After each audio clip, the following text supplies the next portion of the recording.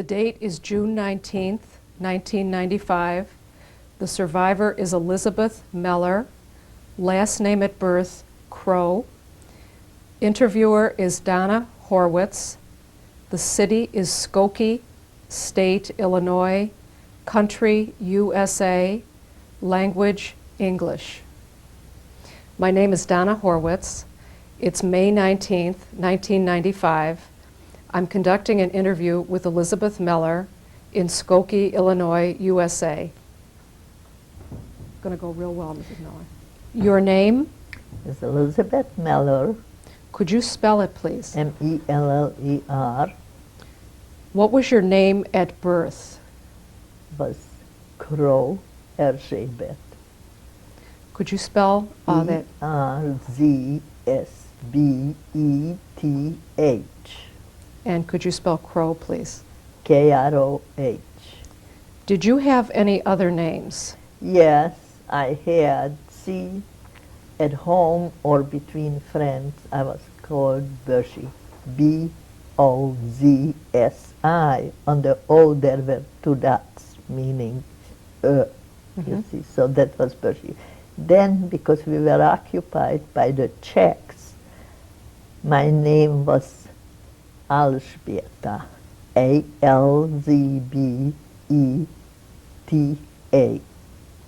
Did you have a Hebrew name? Yes, I had a Hebrew name, was Feige, F-E-I-G-E. What was your birth date? August 9, 22, What is your age today? 72. What city and country were you born in? I was born in a town called Humene, H-U-M-E-N-N-E, which was in Slovakia. Could you describe your town, Humene, before the war? I can't, because by the time I was two, we moved to Ungvar or Užhorod. At the time, it was Užhorod, because that was Czech. Could you spell that, please? U-Z-H-O-R-O-D.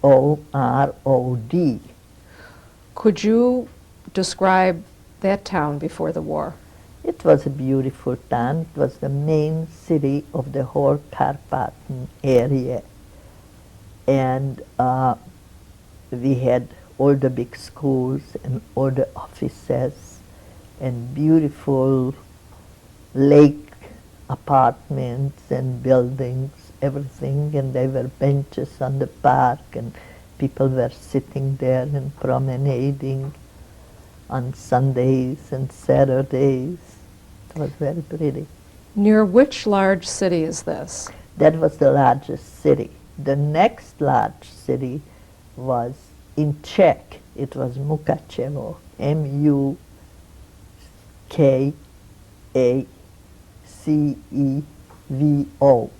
But that was a smaller city. Užhorod was the biggest. It was the main city in the area.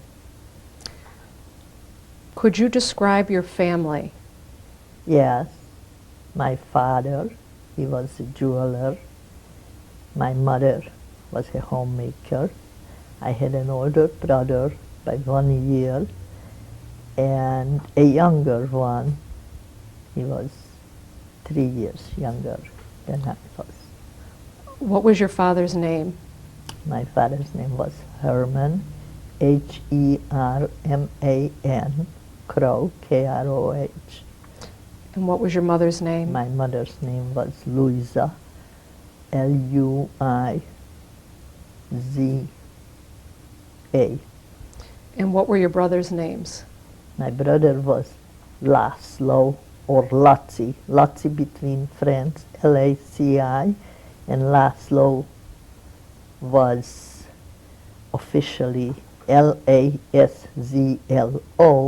but under the Czech occupation, he was also Ladislav, which is L-A-D-I-S-L-A-V.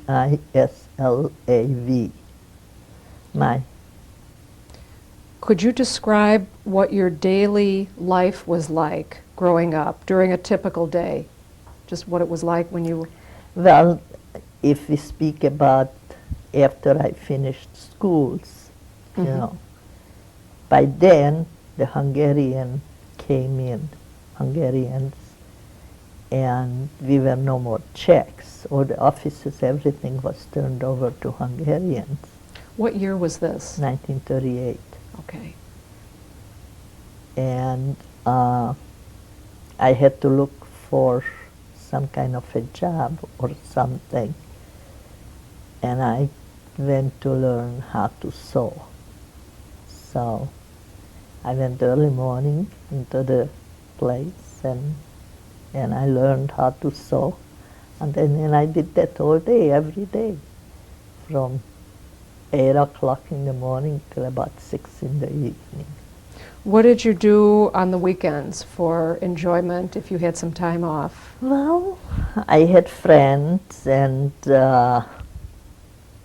we went swimming, we went to the movies, and we had a street in the middle of the city so-called Corso, K-I-R-Z-O, which is a promenade, and people walked back and forth, and we met friends, and everybody talked, and we went to, it was like a coffee house where we had cakes and cookies and coffee and tea or whatever we chose, and we met with friends. Those were or we went dancing Saturday nights. There were these places that they had dances, strictly nothing else, just dancing. Band playing and we were dancing. So your family supported itself. Your father was a jeweler, Right. and you helped with your sewing, support the family. Well, at the beginning, until he had his business yet, you see, I think it was in 1940 when they took away his business, the Hungarians. And all he was left is with some of his tools to fix watches. And so then we really were not in very good shape. And so he used to take his business and he would go from house to house and collect watches and clocks and bring them home. And he had a table with his tools and everything, and he would fix them. When he fixed them, he took it back to the houses where he took them from, and he got paid. It was just about enough to live by. And so whatever I had, my salary, I always gave it to them, to my mother.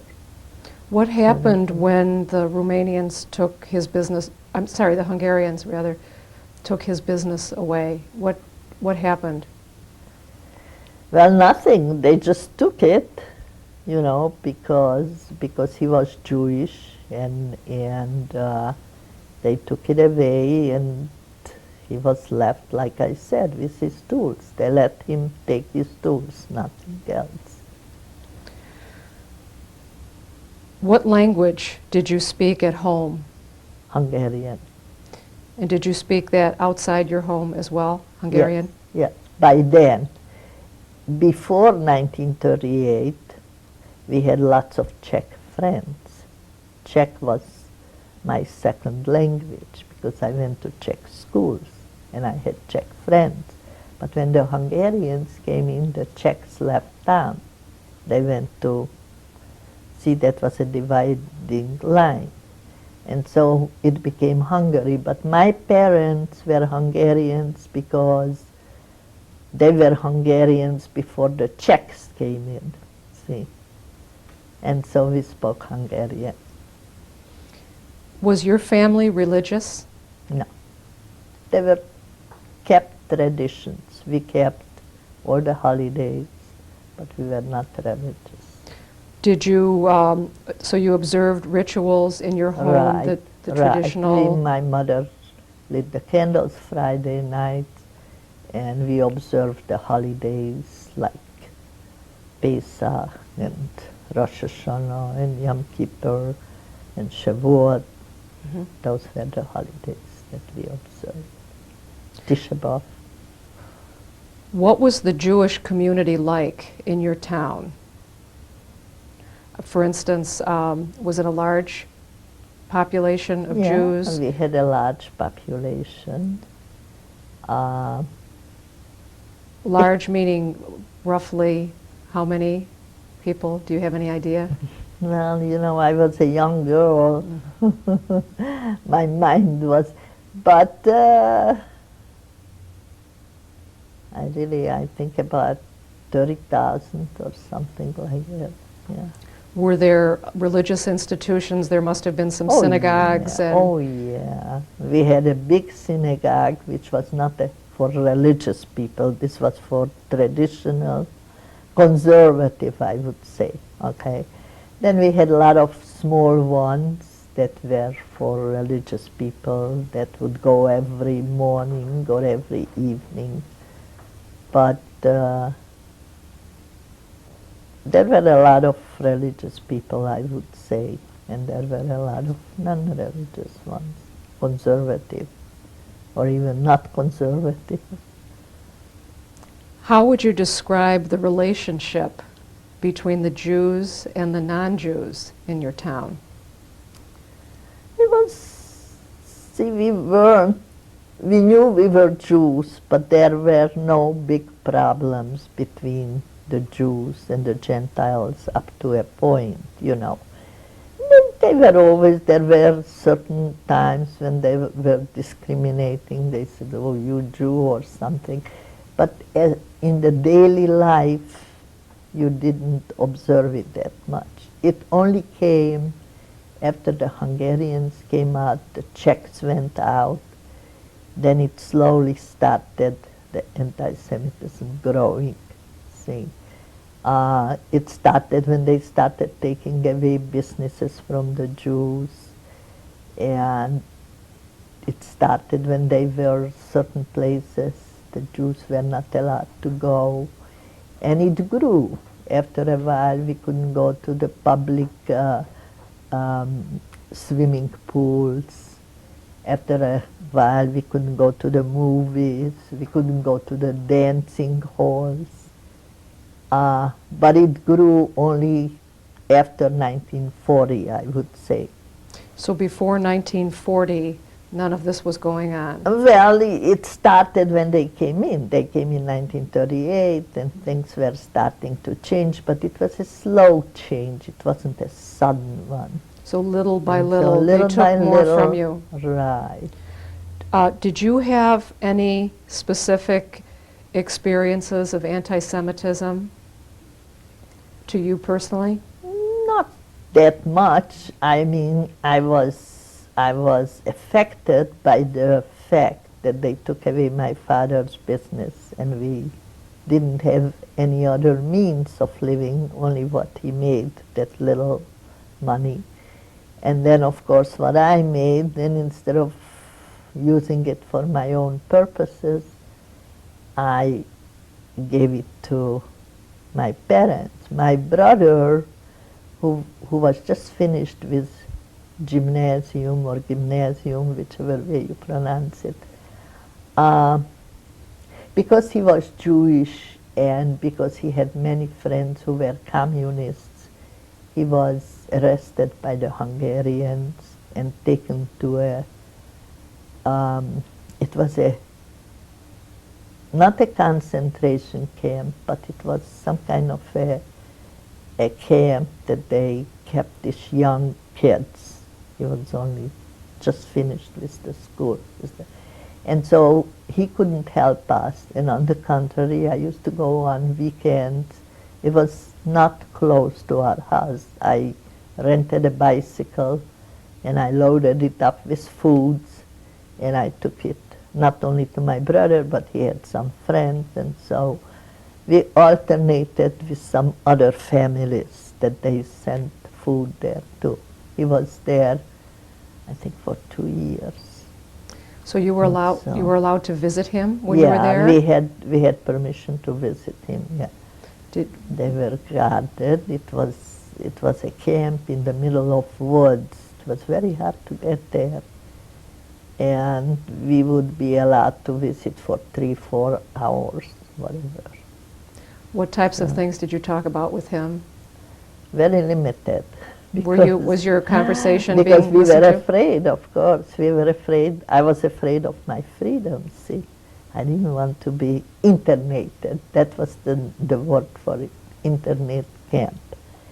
And like I said, that was for communists, that they accused them as being communists, you see.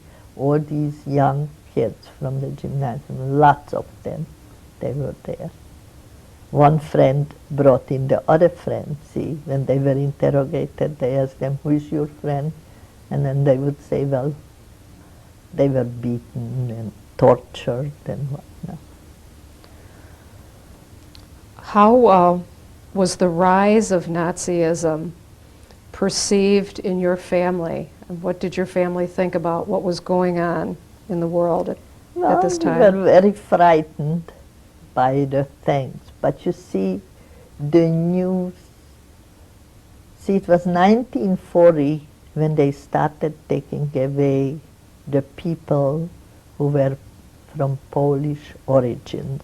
We didn't live in Poland, but there were families that came originally from Poland. My father belonged there because he was a Hungarian, see. So he had not gone to that point. But the Polish people were being taken away already in 1940, and we didn't know where. So you didn't know We had where they were no being taken idea. to? No. Okay. How did the community perceive what was going on? I mean, was there news? Did you hear any word about what was going on in Poland? You didn't know at this point. No, we didn't know what was. It was all hush hush. We didn't know what was going on at all. But we knew that it wasn't good, see.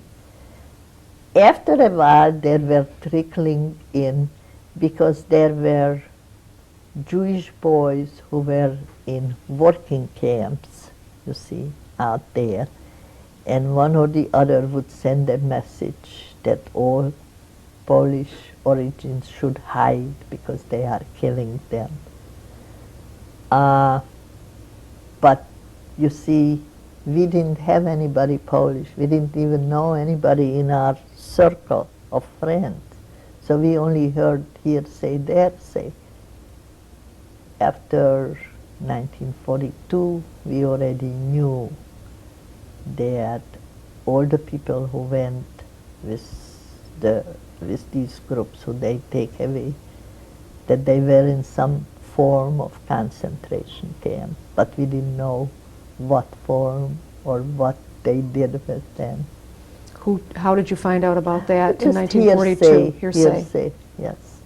Did your brother tell you anything, the one that was in the internment, about news he heard from other sources, or he was too careful to talk about it? They were very careful about talking, you know. He wrote down on piece of papers that we also right away got rid of it, that what they heard.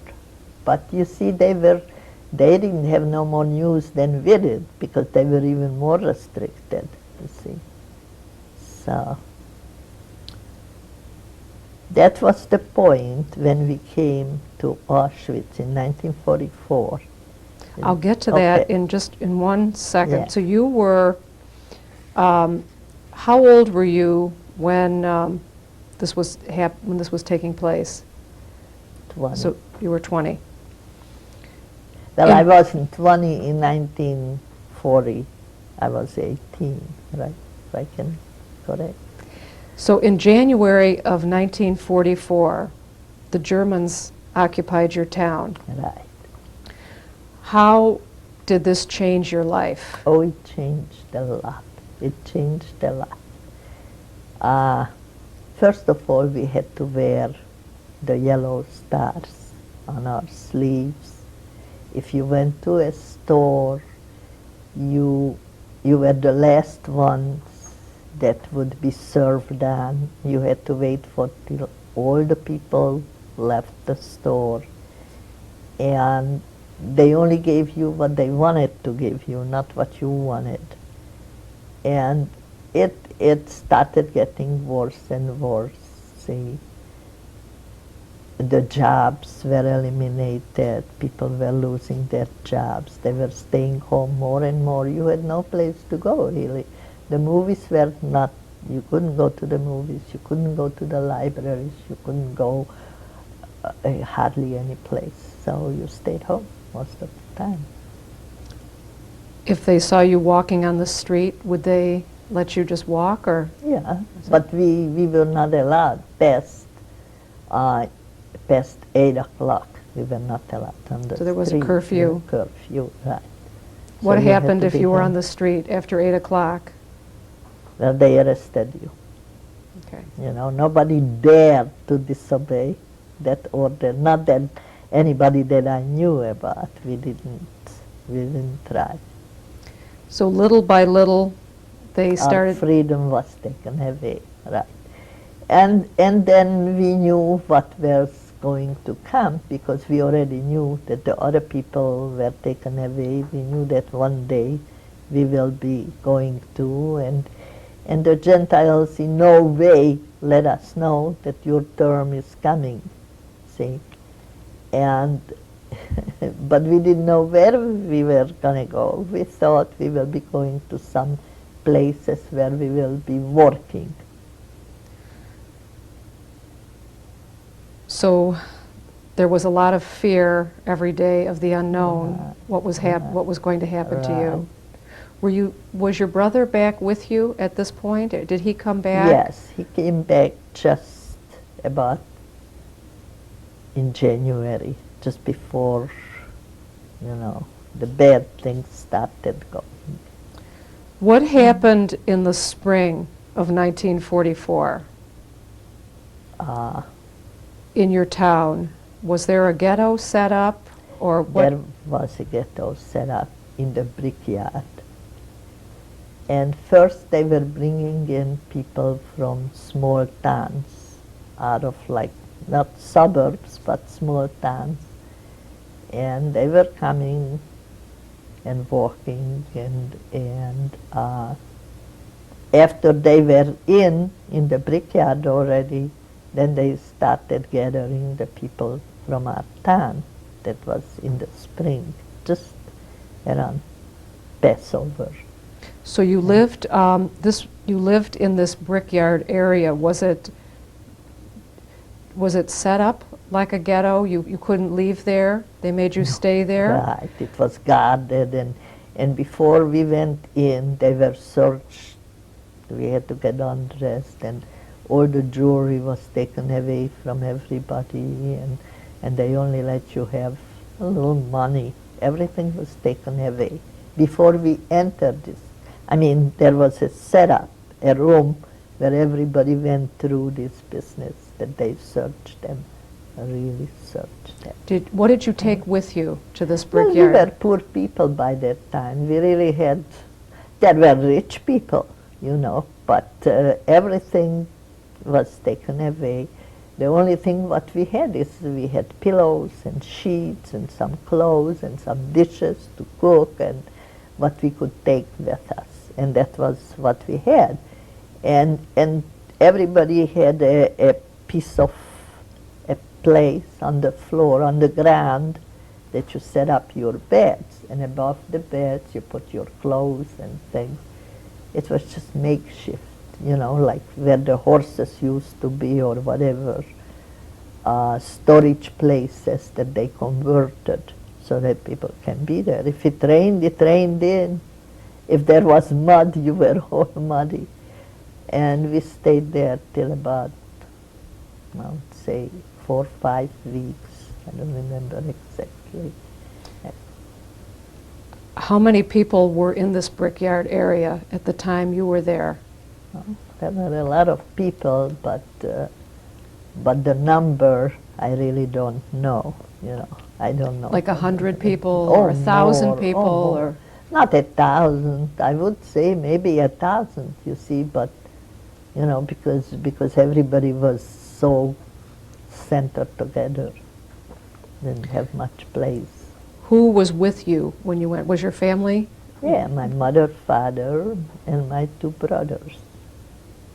He didn't ask me about my younger brother, but he was the youngest, you know. He was there too with us. Is there something you'd like to say about your younger brother before? Let's stay in this time frame. We won't get ahead. But is Yeah. there anything that you'd like to add about your younger brother that we didn't get a chance to Well, say? we didn't get a chance to say his name, which was Hungarian, was Andor, Andor, and he was the youngest, and he was our baby, and he was really young at the time. He was about 15 years old, 14, 15, something like that. And for him it was the hardest, say, because he didn't really understand why he has to go through this, why we cannot stay home, why we had to go to this terrible place where babies were crying. There were people who had lives, there were people who had sicknesses. It was very horrible. So he was a teenager and going through his teenage Preteen, I would say. preteens Yeah. phase of growing Yeah, up and then having to be confronted with this. Right. Did you, well, you must have tried to explain to him what was going on. Well, we tried, you know, and it was hard because we didn't know ourselves. We didn't know why this has to be, and we didn't know why we have to go through this, and why we have to listen to everybody, what they tell us to do. Why there were a lot of whys, and we were thinking, how could it be that the world is sitting by letting all this happen to us? And that wasn't the end of it, you know. There were other things coming yet. So you felt betrayed by the world? Oh, we felt that there was someplace a war going on. That was the rumors, that don't worry, you will be free, the Russians will free us.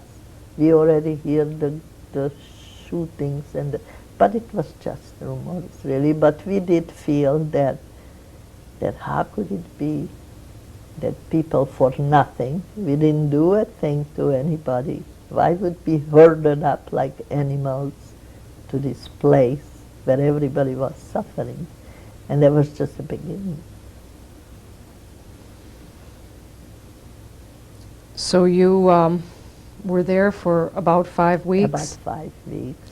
And you And knew that this was a temporary Well, situation? we knew that, we thought there must be, we didn't know anything what comes after that, you know. Just one day they said, okay, everybody gather whatever you have, put it on, tie it together, whatever you can carry, and we are going. And we were going to the train station, which wasn't far away from the brickyard. And so everybody, what we could, we put on our bags, the breads, the cakes, the clothes that we had, and some sheets and pillows and whatever, and we walked. You know, everybody had a big package on their backs, and we were walking to the train station. So at this time, this is the spring of 1944, you still didn't know about the concentration camps? No. Okay. What did you know about the war at this time? What Hitler was? Where we knew that he was taking in from Germany all the people, and we didn't know where they were taking them. And so we had an idea that this is what's coming to us.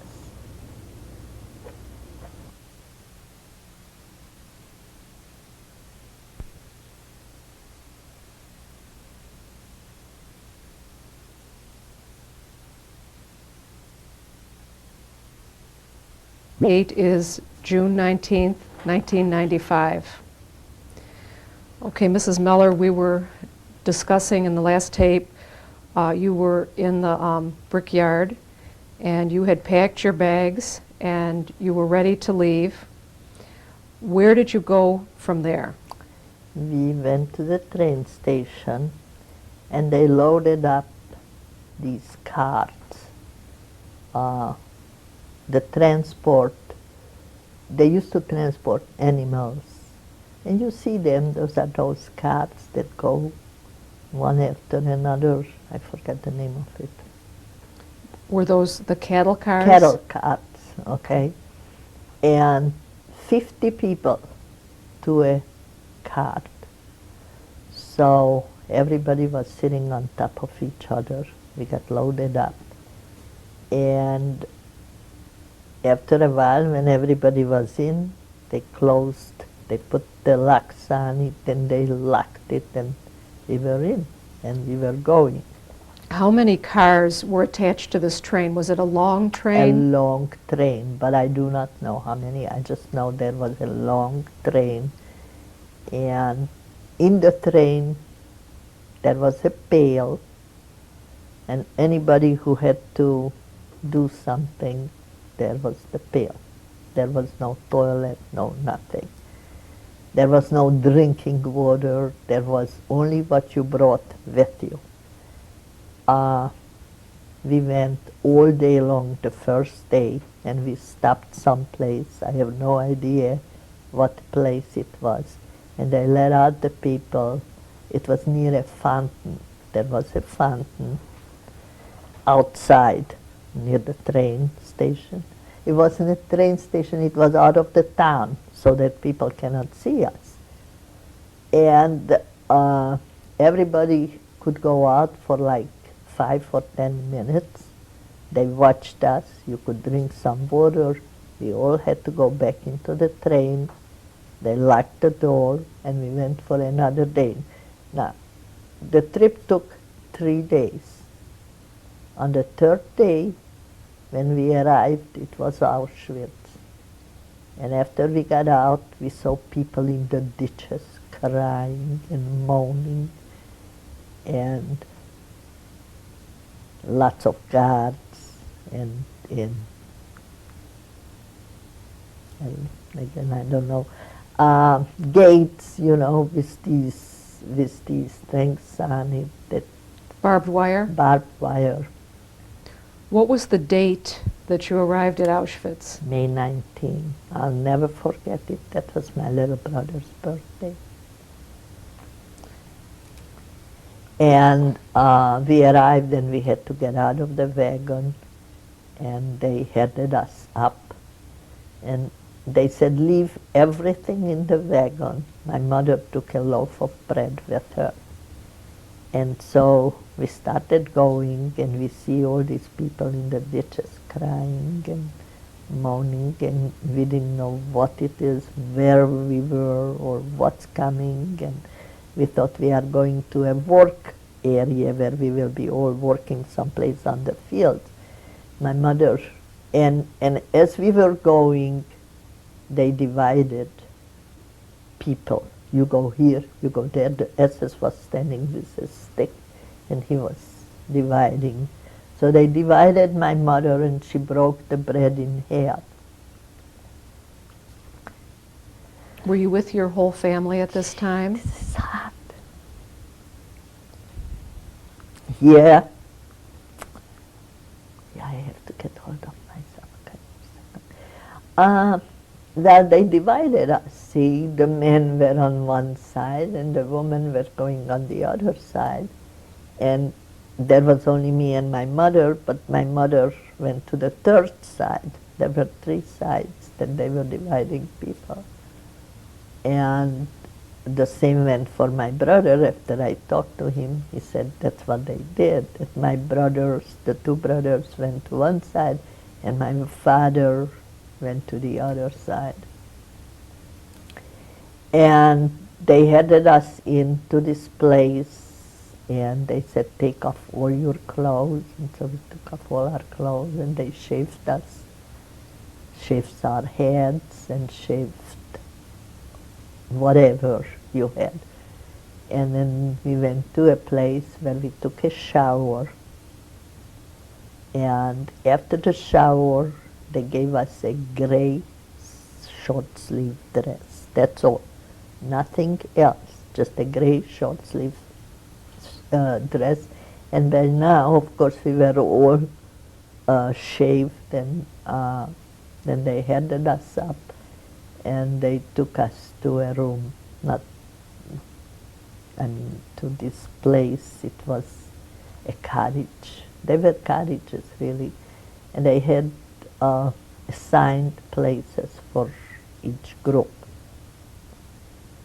It was a three-tier place, the beds or the bunkers, and there were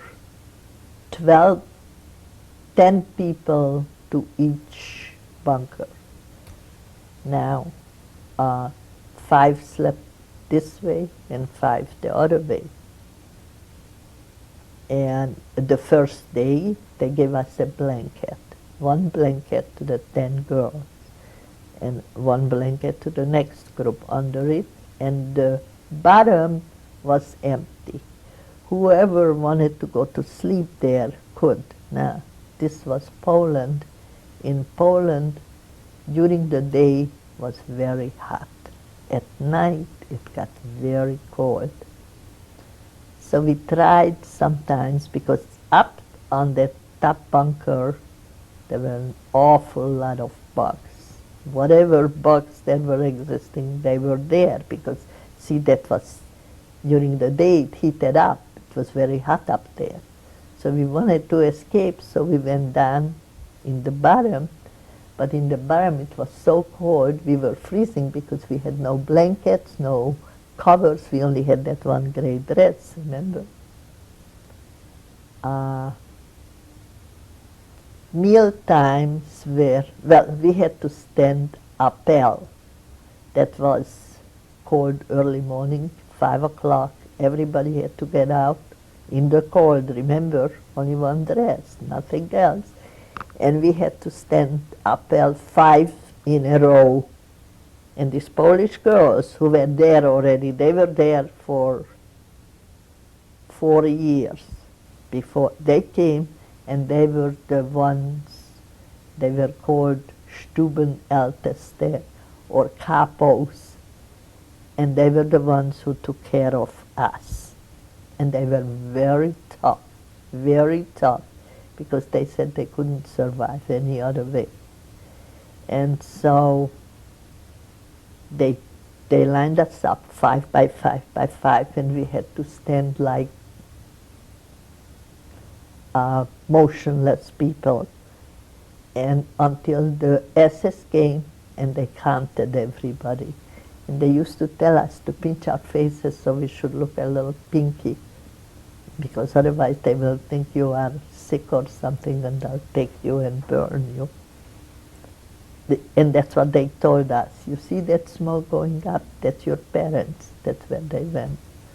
They were merciless, really, those girls, but they said that that's the only way to survive there, to be tough. Meal times consisted of 1 dish for 5 people. No spoons, no nothing. It was a very thick mixture, whatever you can call it, and we all drank from it. 1, then you handed it to the other one, the 3rd one, the 4th one, the 5th one. That was all the meal that we got during the day. So you had 1 meal a day 1 meal at Auschwitz. a day, right. And we could drink water, which was next to our cabin outside. To the toilet, we couldn't go where we wanted to. We were taken, a whole group of us, and the toilets were latrines, lots of them, see, in a row, one side, and in a row the other side. The middle, the capo was walking around with a stick, and she was hitting fast, fast, fast. Everybody had to make fast. And that they took us once a day to the toilet. The rest of the day we spent standing outside doing nothing. We were not allowed to go inside into the cabin, only in the evening. So we stood outside, and next to us, next barracks, there were Polish people who came from Poland. They were political prisoners, and they had all their belongings with them. So sometimes we would go to the gates and we would beg for something. They would give us a toothbrush or whatever. Well, the nights were terrible, but we didn't stay there long. See, we stayed like 4 or 5 weeks, maybe 5 weeks, and none of us would get the numbers because we were assigned to a working group. We were going out of Auschwitz to work. Just getting, before Yeah. we go back, I just want to go back a little bit. Who survived of your family at Auschwitz? At Auschwitz? Right. Did Well, my Did two anyone brothers, survive? my 2 brothers, but I didn't have any knowledge of it because this was girls only. The boys were someplace else, and we never saw them. so you That did, was the last time I saw my whole family when we arrived and they divided us. did you know what happened to your parents? No. To I your- mean, I did because the girls told us, these Polish girls who were there, they said, look at the smoke. But did you realize that they were speaking about your parents, or were they Yeah, just they saying said that? it. Okay. They explained to us what happens, that there is a gas chamber, that they put them all in, and that's where your parents went. The only one, see, if 2 women survived, I would have been with my mother, because there were girls whose mothers stayed with them, So you knew that that I don't have that more. you didn't have your parents. As far as your brothers go, you didn't know what No, happened to them no, at but all. we knew that the younger ones survived, that the older ones didn't. We knew it already because they told us, these girls, Okay. the ones who were there at the camp. See, they had a different life. The Polish girls who were there, who were the capos, and that's how they called them, Stubenälteste. See? How was That their means- life different from yours? Because they had a little room. It was furnished. They have lots of clothes. Because remember, everybody came with the transports. People were bringing so many things. And there were groups, like I had 2 cousins in there someplace, and they were assigned to clear the contents of those trains, you see. And they sorted clothes. Now these girls who lived there, these Polish girls, they were allowed to take things for themselves. So they even had boyfriends, you see, because they were already there for 4 years. And so that's why they cooked for themselves. They had different meals, they had different lives. Do you remember any of their names? No, not at all. I remember faces, but I don't remember. I remember 2 faces very distinctly, but I do not remember their names. Did you have any friends when you were at Auschwitz? Did you become close with anybody? Were you allowed to? No, I had 2 girlfriends that we started out with. I mean, they were my girlfriends Before? at home. I see. And the younger one, and we went together to schools, and we were very close friends. And her sister, who was a little bit older than we were, and she was with us, and so we were 3 girls, always together, always. So we were standing the appel, we were together. She always made sure that we were never separated. So they survived Auschwitz as well. They survived Auschwitz. Well, we all went, to working. I'll talk about it. You were in Auschwitz did you say 5, 6 weeks? Yeah, about 5 weeks, I would say. I don't exactly remember. Where did you go after you left Auschwitz? Well, we went to Hamburg, Germany, and they took us to this place that used to be, I guess it used to house soldiers. It was on the water, edge of the water, see, and we had that building. Was this a labor camp, or was it a concentration camp, or? Well, both. I mean, it was not a concentration camp in a way that it did not have exterminating places, but it had lots of SS who were watching us day and night, you see. We couldn't even go from one room to the other. We were assigned a room. It had bunk beds, again, 3 beds above each other, and we went to work early morning. At 4 o'clock, we got up. Oh, by now we had a coat, and we had rubber shoes, and we had socks. What time of year? What time of year was this?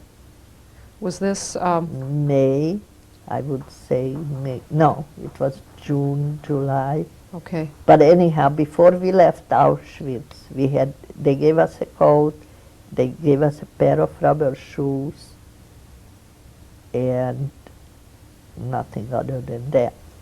The coat had a big yellow cross on it, and it said Häftling, which means prisoner. That's German, prisoner. And on the sleeve we had numbers. We had no names. Everybody had a number. Instead of on the arm, we had it on our coat sleeves or shirt sleeves. And we started going to work. What type of work did you do here? Well, the first we were going to clear bombed out factories. So they took us by a boat early morning, as I said, at 4 o'clock. We got up, we got on that boat. It's terribly cold in the morning at 4 o'clock. And it took us about an hour and a half to get to that factory place where we had to clear everything, you know, the burned out things, because it was bombed out and they wanted to clear it. So they used us to clear the place out, to clean it. And we were going there every day, and there were also political prisoners, not political prisoners, prisoners of war from Italy and from France. And they were allowed to get from Red Cross packages, and they were getting from home packages. They were very nice guys. Those were all young men. And they all picked a girl just from looking. We were never in contact, never. But just from looking, and they each put a little package of food someplace. And you knew this is your package, and we went to pick it up, and we thanked and whatever. And it went on for like about 2 months or so. And one day, as we were working, somebody beckoned us to come to this place, and we went there. There were 2 German women who brought a big can of soup. And they said, don't tell everybody at the same time. Just let one girl come at a time. And so they started giving us out soup. But you know what happened? Everybody came because they heard about it. And so they ran, they took their cans and they ran away, because otherwise they would have been killed just as well. So they were afraid. Right. There was one woman who was pregnant with us. And she was already pretty far, and we knew that her time was coming. And one Sunday morning we were all home, in the thing, and we heard her screaming and everything, and she had her baby. And the SS took the baby and brought it out for everybody to see it, and he put the water from the faucet on, killed the baby. And he said that he's doing a good deed, because if he wouldn't do it, she would go and be killed too. So he said he saved her life.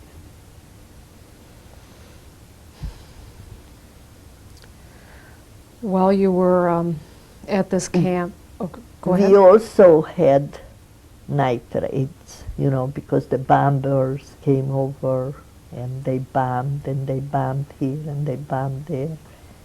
And when the bombs were, they wanted us to go down under the beds, to hide, because they felt or they would take us down into the basement, but nobody really wanted to go down in the basement. So they let us stay in our rooms, but to go under the bed because the bombs were falling. They were also falling at the place where we were working. And unfortunately, they hit some of our girls too. There were 5 girls who died in one gathering, seeing the shrapnels that were falling. How much did you know about what was going on in the general war at this time? Well, they were always those guys, the prisoners of war. They would also leave a little note, which very few of us could read because it was either Italian or French, but some girls did know it. And they said that we shouldn't worry, that the war is coming to an end and we will be freed and we will be rescued. And so our hopes were, seeing the bombs and everything, that one of these days it will really happen. We just didn't know when. And everybody tried to survive. By here, see, when we were in this working place, we didn't all drink from one dish, but everybody had his own dish. There was a loaf of bread that was divided in 3. So we were 3, our girls, so we got a whole loaf of bread for the 3 of us for the whole day. But it was about that big. And plus we had a soup when we came home from work. And so we had that bread and we had that soup and we had the additions that we got from the boys. So we were not fed well, but we were not that starved out either. So the conditions had improved, if you could call it improving, but it had improved from the time you were in Auschwitz. Right, it was better than Auschwitz. It had its own different things, like in the morning. There was no place to take a bath, but we had faucets running all 2 sides in the room. And so each morning before we went, or each evening when we came home, we washed ourselves top to toe. And the SS guys stood there, not 1, 3, 4, and they watched us washing ourselves, which was pretty terrible. Must have been humiliating to have them standing there. And they would pick out girls for themselves. See, that was the whole idea. And I took them aside and Did they ever take you? No, but I had an incident when he came to me and he said if I want to be a to stay home from work and take care of the room Älteste, it was called. And I just said that I can't speak German. So he went and he slapped me in the face and he said, "You blöde Kuh," which means stupid cow. But I wasn't upset about it. I was pretty glad that I got away this easy, So that was a smart thing that you did, Yeah, so you wouldn't yeah. have to be with him. How long were you in this particular labor camp, roughly? All right. So we stayed there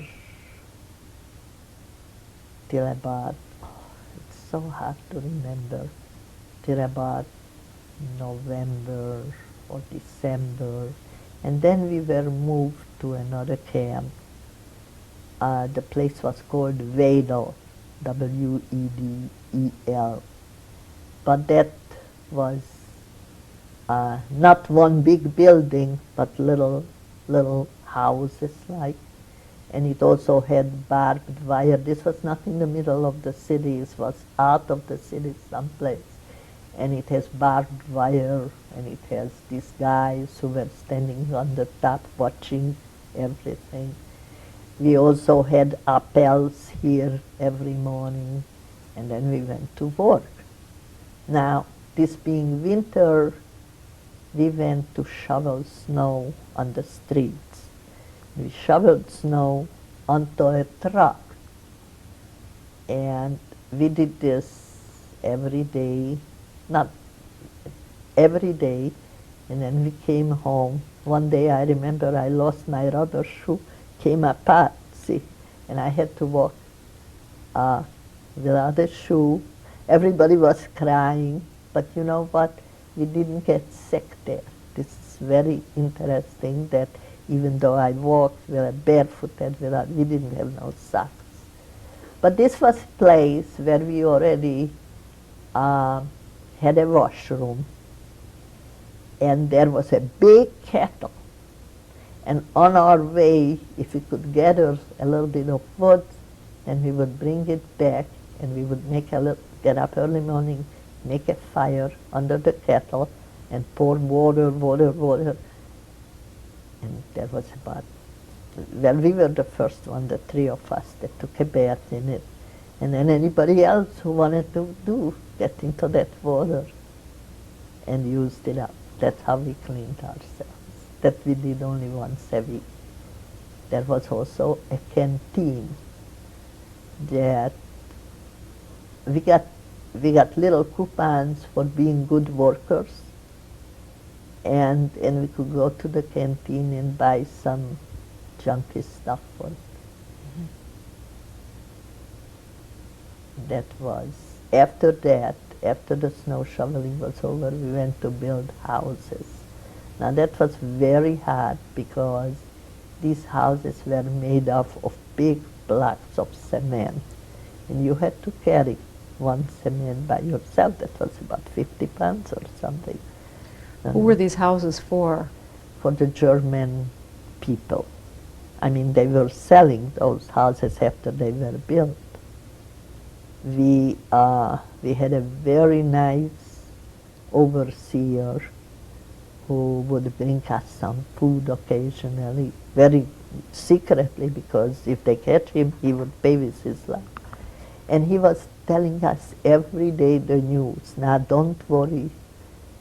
They are coming. They'll rescue you. And we will be in trouble, he always said. He knew that, you see. That was our hope. So this was, we're approaching Well, April of no, 1945, or not yet? Not yet, because after we built the houses, we went to build. See, this is what it was. That they already knew that the war is coming closer, and we had to dig trenches. We were digging trenches, not for us, for the army or whoever. And so after the houses were finished, then they took us to this trench building. That was very, very hard, you see, because you had to throw the dirt out. You didn't have enough food for such a hard labor. Girls were sick and they were taken away, and we had a place there where they were taken when they were just minor illnesses. Bigger illnesses, they got rid of them. And It's okay.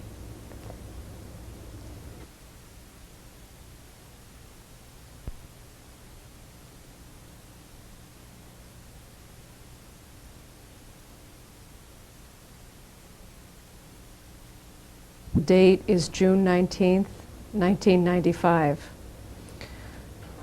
Mrs. Meller, you were describing when you were in Vedel, the labor camp, and was there any more you wanted to add about your experiences at that camp? Well, there were a lot of experiences, but I don't know how long I can go.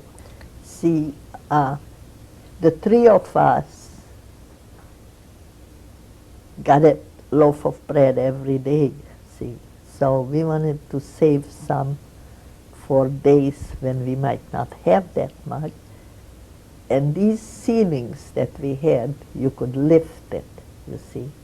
So we pushed the bread in there, we pushed some other things that we would gather along the way. That was our hiding place, you see. The irony of it was that there were rats up there, and they ate up our bread. And so the day when it came that we were going to go and we would take out that bread, then we found out that it was not. Anyhow, that camp we stayed until, let's see, we are in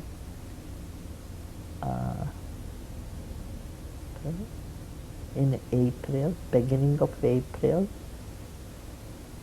And we worked at many different places. We were taken by trucks to work. We were walking in the streets, but we were very closely watched all the time. And once we came to this place, and they moved us before Bergen-Belsen, they moved us to another camp, but I don't remember the name of the camp. I only remember that we didn't stay there long because it had many problems. But the day that we arrived, and it was some kind of a Jewish holiday, we had a very religious woman, and she didn't want to eat. And the SS man got so mad at us that there is such a thing that he went and he took away the whole soup and nobody got anything. Then we went to the rooms and the beds were full of mites, zillions of them. It was so terrible. And we complained about it, and of course they didn't care one way or the other. They gave us a blanket. Everybody had a blanket, and they said, cover it up and forget about it. It was very hard to forget about it. And this was the time when we went to these, to dig these trenches, and there was an old German guy, very old. He must have been very old. He was about 70 or something. And he was so kind to us. My girlfriend, the younger one, she broke out in some blisters. We didn't know what the blisters came from, but we told this old man that we need some kind of medications for it. We had somebody in the group that knew something about medicine. And he brought us the medications next day, and he told us that he asked his doctor how to do it, and he explained to him, and she used it, and in 3 days or 4 she cleared up. And so our conclusion was that there are still some good people that really cared about us, because this was a very bad experience. We didn't want anyone to know about it. We didn't know what the blisters came from. But they went away after she applied the cream. And that was one good thing between all the bad things, because you dig the trenches and it was pouring the rain, and we stood in the mud and the rain, and we were wet, and we worked. We had to work. And then you go and you have no change of clothes. You just stay in that dirty, wet, muddy things day after day. Then the next day the sun comes out and it's hot in in the trench, although this was not summer, it was early spring, but the sun was strong, and if you stand in a trench and there was water from before, it was mosquitoes and bugs and whatever.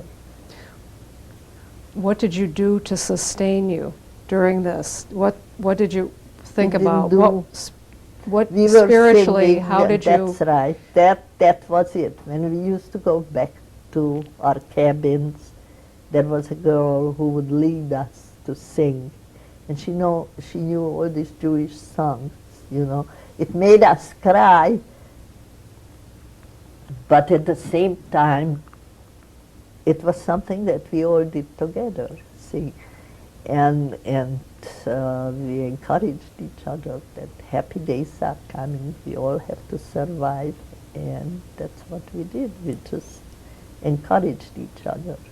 It was also a lot of fighting between the girls ourselves, because if you are miserable and you have nothing to eat and dirty clothes to wear, and it's just miserable living, and you are young, you are very young, and you say, oh, my life is being wasted away, and this is the time when you were going to date and have fun anyhow. And there were differences between the people who came from the city and between the people who came from small towns. So there were a lot of clashes there. But after a while, from that point, they packed us all up again, and we were going to Bergen-Belsen. When was this? Well, it was in, I would say, end of March of 1945.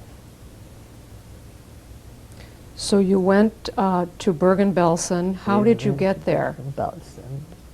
We went first by train, but only special trains for the German army, and then by truck. They loaded us up on trucks, and we went. So this was not a cattle car. This was a regular train. This was not a cattle car. And we didn't carry anything because we didn't have anything. The only thing what we had is that one loaf of bread that we got that morning out. And so before we got to this gate, because this was also an exterminating camp, before we got to the gate and we were standing outside lined up, and we divided the bread between the three of us, and we finished it all up, so it shouldn't be wasted. So you arrived at Bergen-Belsen. Did you know? Didn't know anything. You didn't know anything We still? didn't know anything at all. We just kind of hoped that it's bringing us closer to the end. We didn't know what camp it is, who is in there, or what's waiting for us. But being outside, we thought it was like another Auschwitz. See? Well, they took us in, and we assigned a cabin, and there was no discipline there.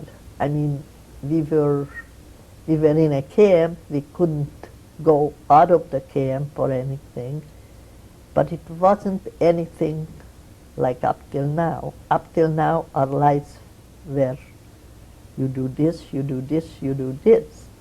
But now we arrive at this camp and you do nothing.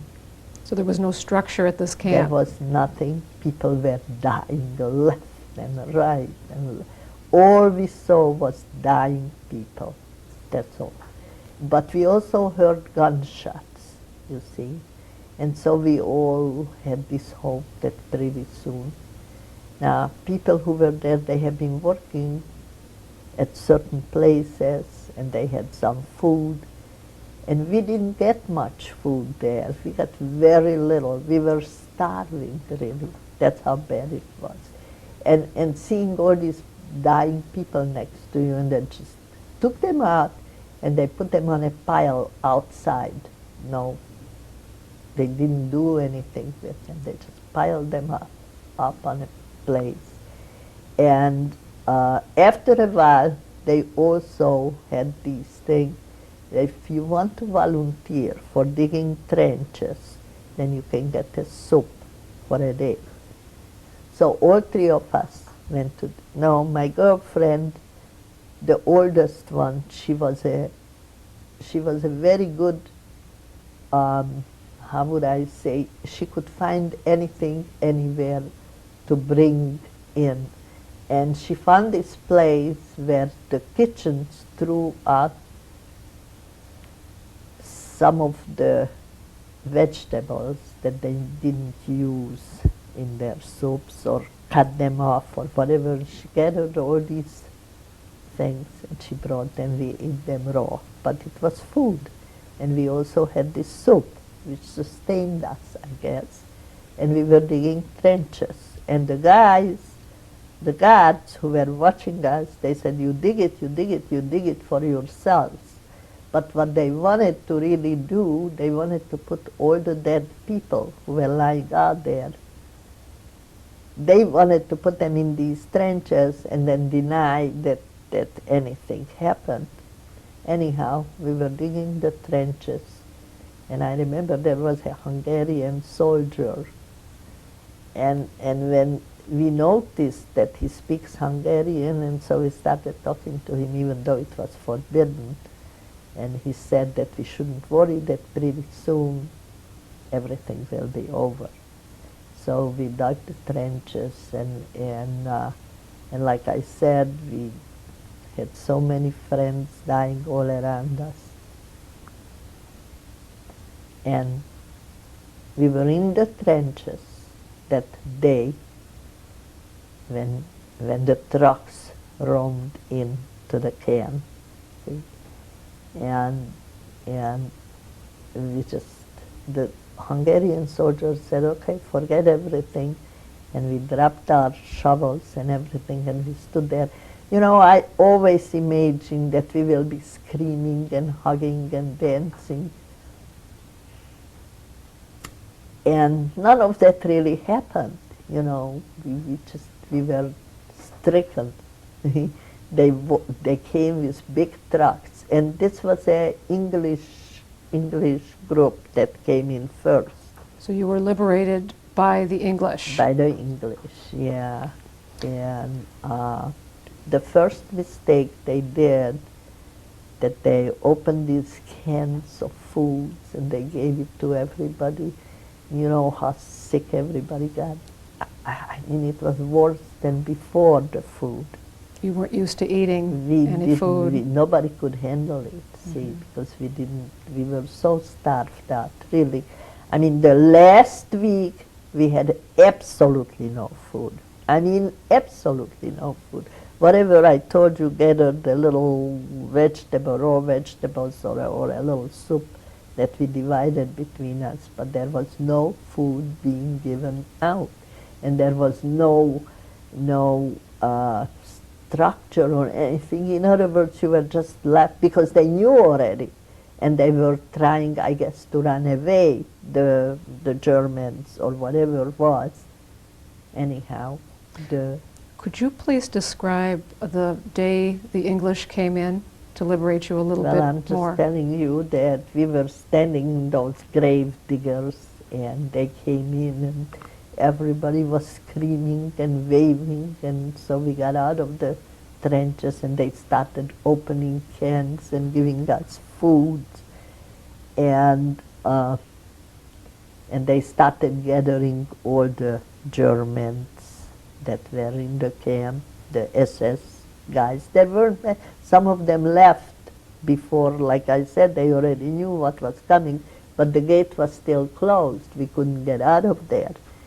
And so when they roamed in, you know, they gathered all these SS guys, and they stripped them of all their guns and things, and they made them run around the camp so they can see what's this and what's this, all these dead people lying there.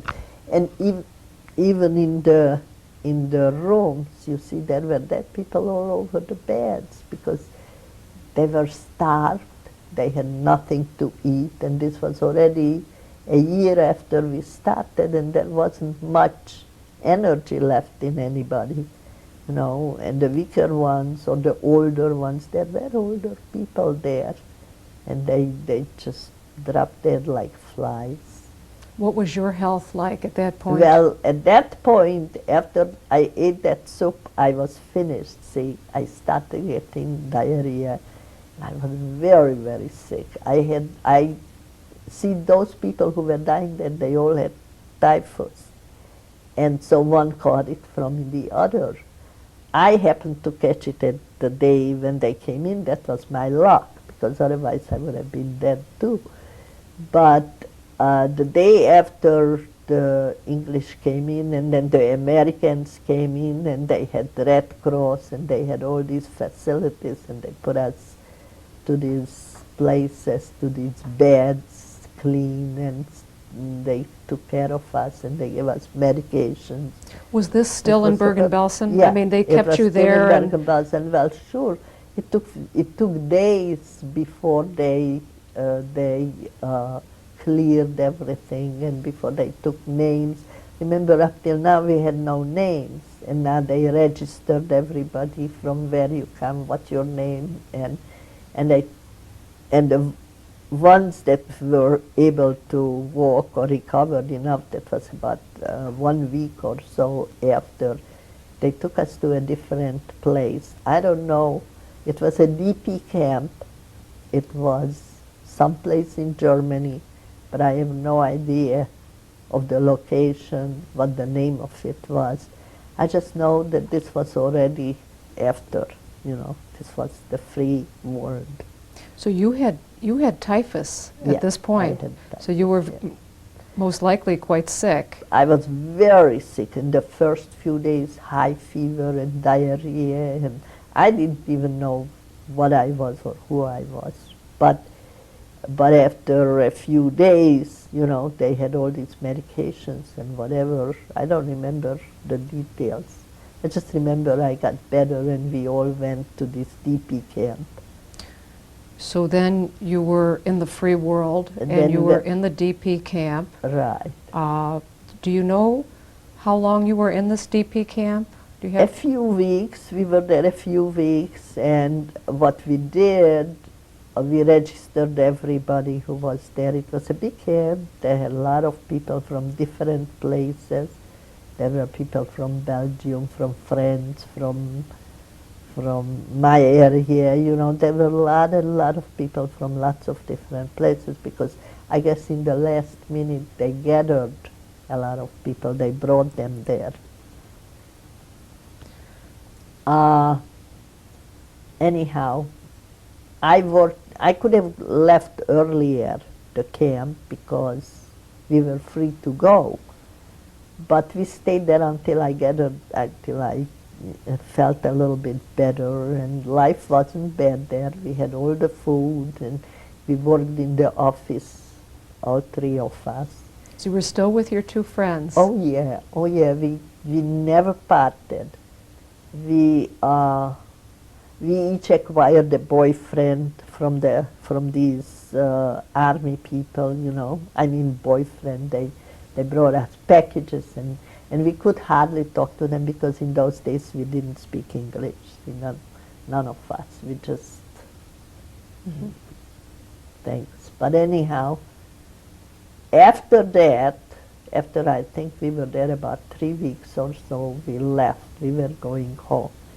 And after we left there was a house, not a house, I mean it was a place where they had all these linens and clothes and shoes and whatever that they took from the Germans, and it was available for whoever.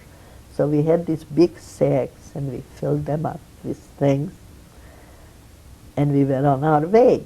And we went, I don't remember, you know, we went by train one little bit, then we stopped. We took all these And we were carrying all these sacks with us.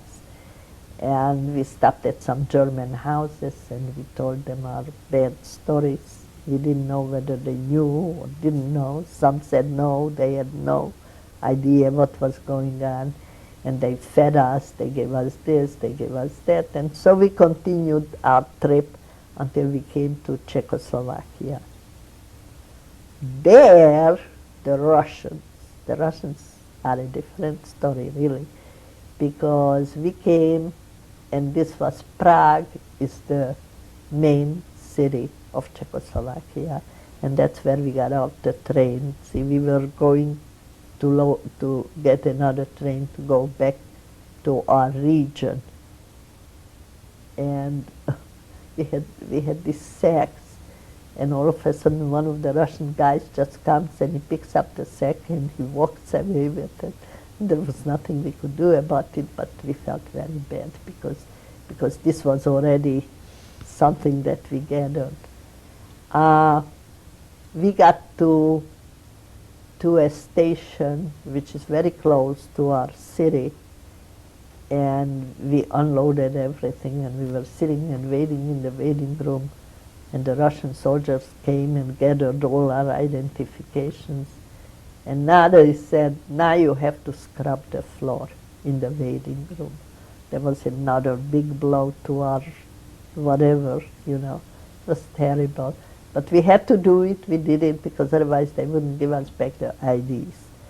And that was the only thing that we had, those IDs that we got in this DP camp. And after we were through, we went home. Home was nothing. My brother was there already, and he just got married. This was July.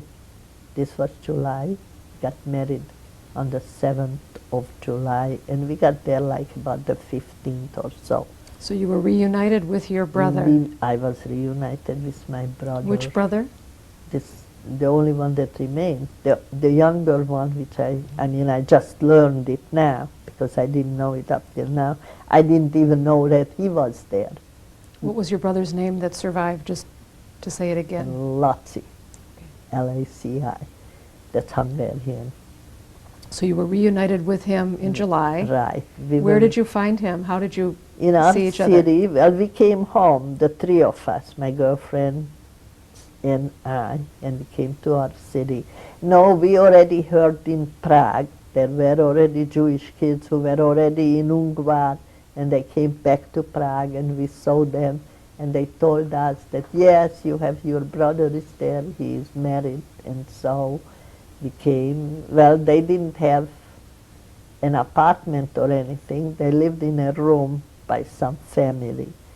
And so there was three of us, you know, my girlfriends and I, and we weren't going to part. So we moved into some kind of an apartment, and my girlfriend found her boyfriend from before the war, and they got married in a very short time. So there was already 3 girls and a man, so there was 4 of us. And he had a brother, so there was 5 of us living in this one apartment.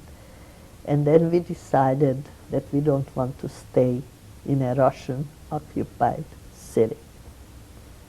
And I said to my brother, as much as it hurts me, I have to go because I can't live here. I really couldn't. Every time, I can't talk. Every time I walk the streets, it was hard. So I said, I have to go. I cannot stay here.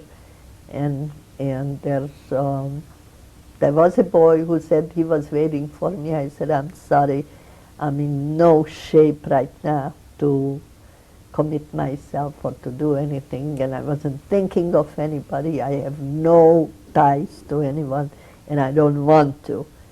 So they said goodbye to my brother, and the 5 of us left. And we went to Czechoslovakia, where no Russians there. It was Czechoslovakia, near Prague. It was a small town that before was occupied by the Germans, and my girlfriend and me, the younger one, we got a grocery store to manage, the two of us. So we were the managers of this grocery store that was prior to it was a German store.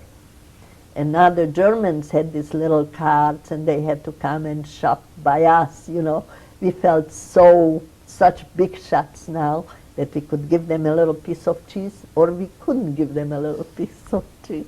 So you were in charge for once. We were in charge. But, you know, I was never a hard person. To all these, I found that there were people, good people, and there were bad people. We had a very nice apartment that was prior occupied by the Germans, and they left all the furniture, the dishes and everything. We didn't need anything. And like I said, the older girlfriend was married, and the two of us stayed. And they found their younger brother, the younger one. And now we are in Czechoslovakia, and now he hears that if he stays there, he has to go into the army. And he didn't want to do that, so he went to Germany, and he took my best friend. He took my best friend with him. And so I stayed with the older sister and her husband, and we stayed in that apartment, and by now we were thinking of going to United States too. But her husband died from heart failure. He was a young man. He was in his early 30s, but he got very sick. He came home, he didn't know that he had a heart condition. Brought it. Anyhow, he died, and the two of us moved to a different city where she met her former, we knew this guy that she was going to marry. There was the doctor that was my husband's friend. So he invited my husband to this city. No. My husband came to this city because he was in the army. He had to serve 3 months as a doctor. So he was assigned to this city, and my girlfriend's husband brought him home, that this is a Jewish guy, he's single, I am single, so we met. So you met your husband. So I met my What year husband. was this?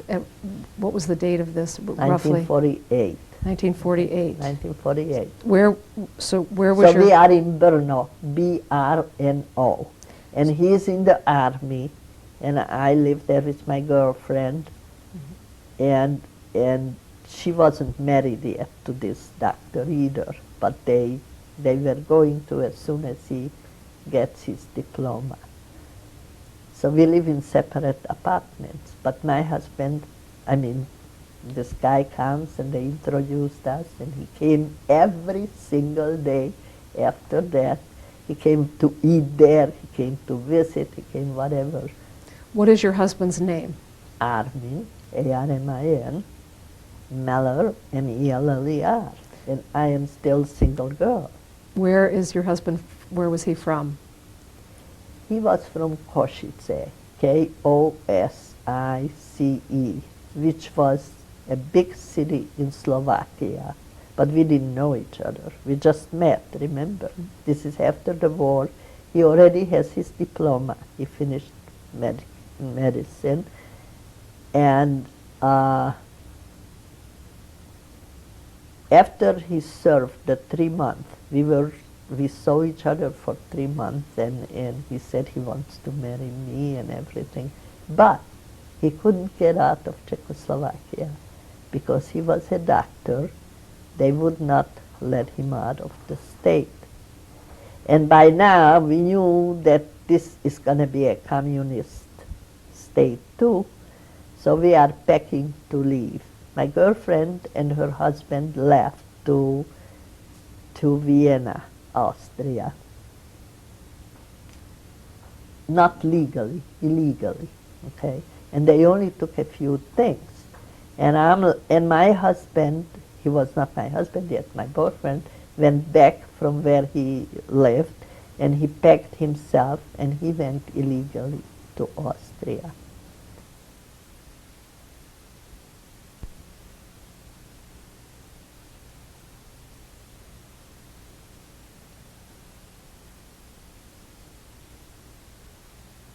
The date is June 19, 1995. Mrs. Meller, we were at the point where your husband and your girlfriend left for Austria, and they were in a DP camp, and you were back in Czechoslovakia. Tell us what happened at that point. Well, I was packing everything, what was theirs, what was mine, because her husband was a doctor too, and he wasn't allowed to go, so they left illegally, and they left everything to me, and I had a permit to go to Israel, but so I packed everything in a big, big thing, and it was shipped to Israel. And I left on a train, but I had to fake that I was ill, because otherwise I would have had to go to Israel, which was not my intention at the time, because we were going to get married with my husband. He was waiting for me in Austria in a DP camp. He was the doctor of that camp, and my girlfriend's husband was a doctor.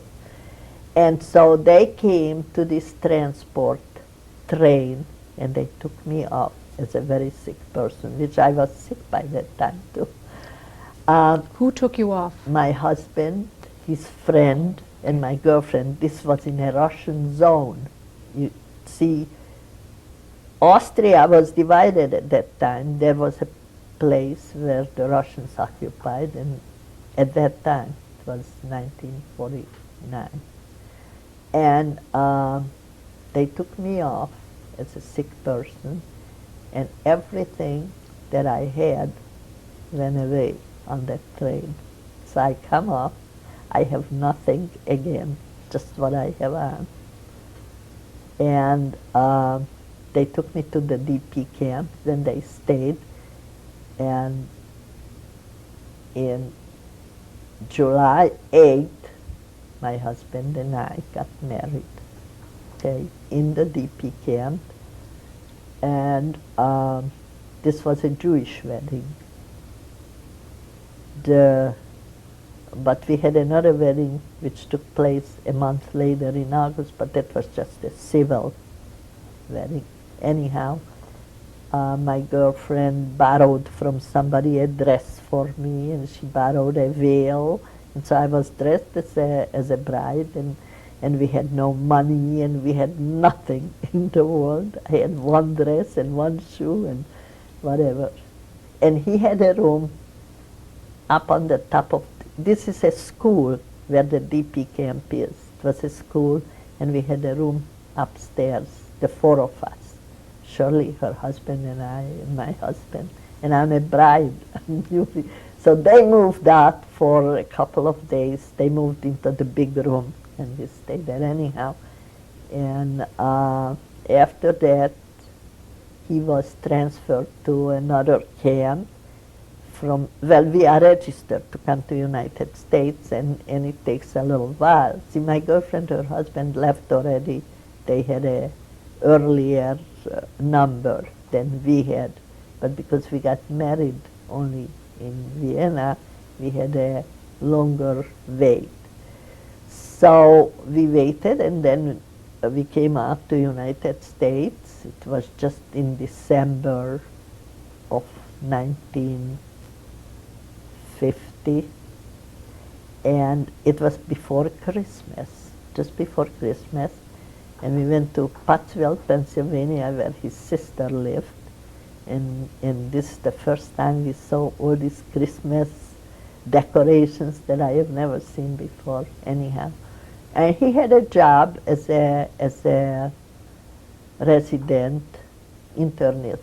Really, Was this in Pennsylvania? Days. Excuse me. No, in New York. So we stayed in Pennsylvania for a week or so, then we came back to New York, and he assumed his job in Far Rockaway, which that's where his intern, he had to serve, you know, like an intern in those days. That's how, before he gets his license to practice. Anyhow, but because of the fact that he left illegally and he didn't bring his papers, they wouldn't let him take the board exams. And they wanted him to take a course, a postgraduate course, which would cost $1,000, and we didn't have $1,000. So he started a residency in New York, Bethel Hospital, and then he applied here in Chicago for a permit to take the state board. By that time, he gathered all kinds of papers that supplied the information, you know, that he had some papers, he just didn't have enough papers to show about the courses that he took. So anyhow, they accepted his papers here in Chicago, and he came down and he took the state board and he passed it, and we moved to Chicago. What year was this? 1950, that's 1954. 1954. He moved to Chicago, and he had a job at Weiss Memorial Hospital, and we lived in a furnished apartment. And I went to work as a seamstress downtown, and then I became pregnant, and we moved to an apartment, and I worked till I was still 7 months, and then I quit. And he still works at Weiss Memorial Hospital. So you became pregnant, you have children. Could you tell me what their names are, your children? Yeah, my first child was Janet, Janet. She was born March 1955. And the second child died 2 years later. His name is Stephen, S-T-V-E-N. And that was the family. When was Stephen born? In July 8th, on our anniversary, 1957. So our family is full. I mean, it's complete now. Do you have any grandchildren? Yes, I have 3 by my daughter. That's Michael, Catherine, and Danny. Danny is the youngest. He's 5, Catherine is 9, and Michael is going to be 13. I have 3 grandchildren from my son, and they are Sam, who is 9, and Suzanne, who is 5, and Abigail, who is 2. It's a nice family. Yeah. Is there anything else you would like to add? Something that we didn't ask you? Well, I don't know what else. My daughter became a pediatric surgeon, and she's a wonderful girl. My son is an engineer, and his wife is a very wonderful girl, and my daughter's husband is very nice, and I am very happy that I have a complete family.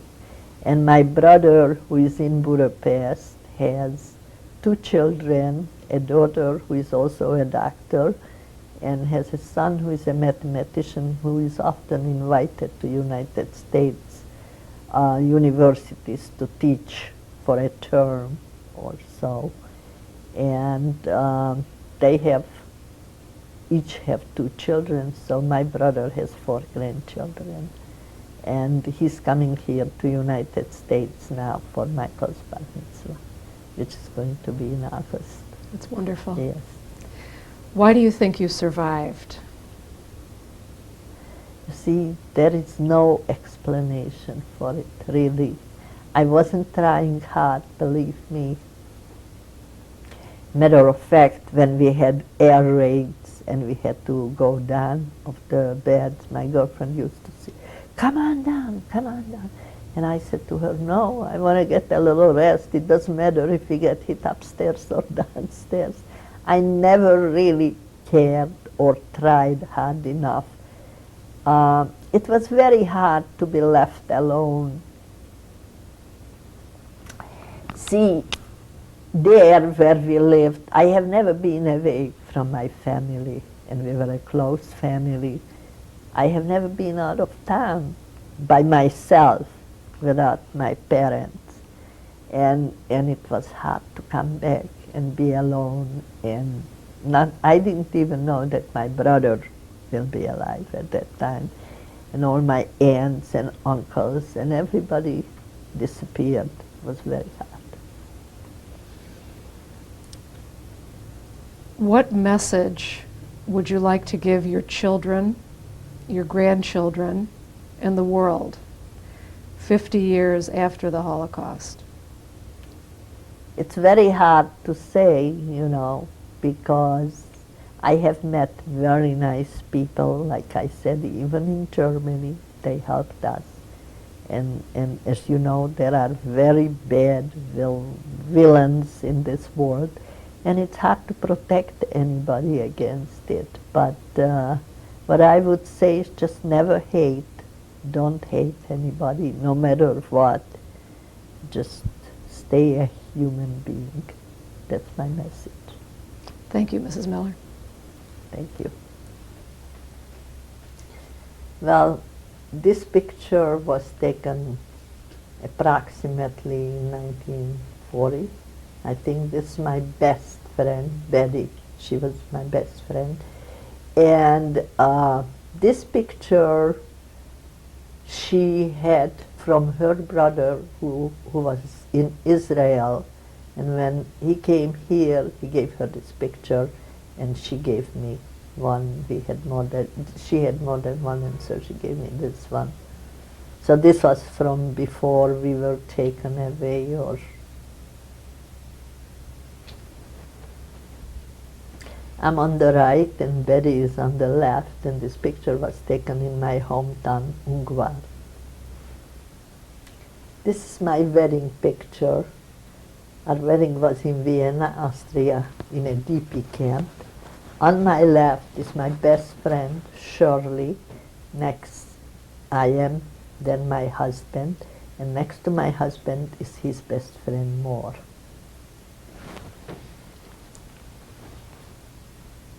These are my two children. On the left is my son, Stephen, who is about 2 years old, and I'm in the middle, and next to him is Janet, who is about 4. We were in a park celebrating something. This is my daughter's, Janet's, bas mitzvah, and it was held in a hotel. The party, this is the party.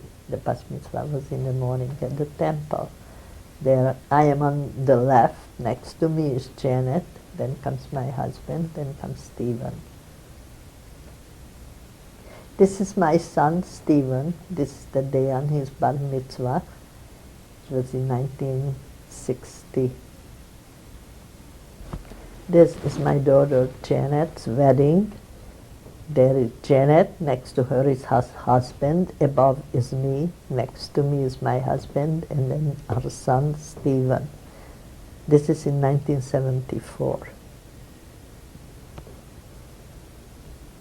This is my daughter's graduation party from medical school. She graduated in 1979. In the front row, on the right, is my brother who came from Budapest. Next to him is my son, Stephen. Next to Stephen is Shirley, my best friend. Next to her is her husband. Then comes my husband. Then comes Janet, the graduate. Then it's me and my sister-in-law, my brother's wife, and then Janet's husband in the background.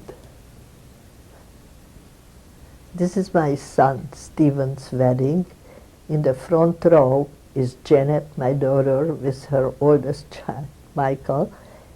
In the background, on the left, is Stephen. Next to him is his bride, Jody. Next to Jody is myself, and next to me is my husband. This picture was taken at a wedding of my husband's nieces. These are his four sisters. On the left is Clara, she's sitting. Next to her is Giza, who came from Israel. Next to Giza is Anne, who is a Holocaust survivor. Next to Anne is Margaret, who used to live in the United States. She doesn't live anymore, unfortunately. This picture was taken in Hungary in 1986. This is my brother's family. In the front row is my brother's grandchild, Audrey, who is about 3 years old. That's from her son. Next to her is Andris, who is about 5 years old, who comes from his daughter.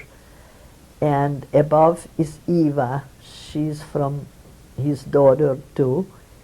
And behind Eva is sticking out my brother.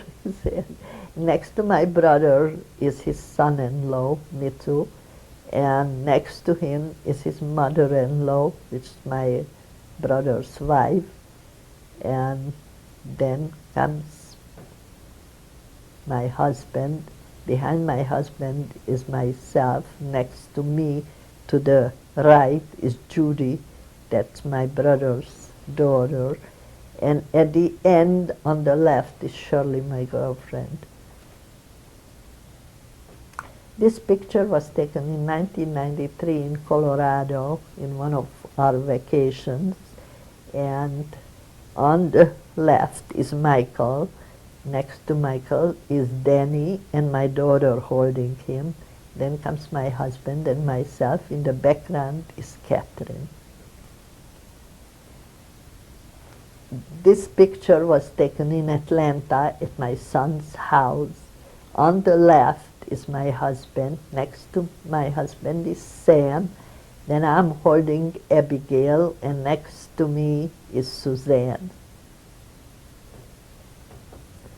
This picture was taken in 1994 summer, where we were all of us at the Greenbrier on a summer vacation. On the left is Jody, my daughter-in-law. Next to Jody is my husband, then myself. Then comes Michael, then Janet, my daughter. In the background is Stephen, my son, and Abigail, our youngest grandchild. In the front row is Catherine on the left. Next to Catherine is Suzanne. Then comes Sam. Then comes Danny.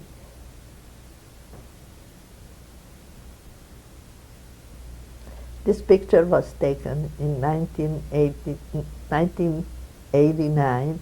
It's our 40th wedding anniversary, and our children, Janet and Stephen, threw for us a big party. Thank you. That's all.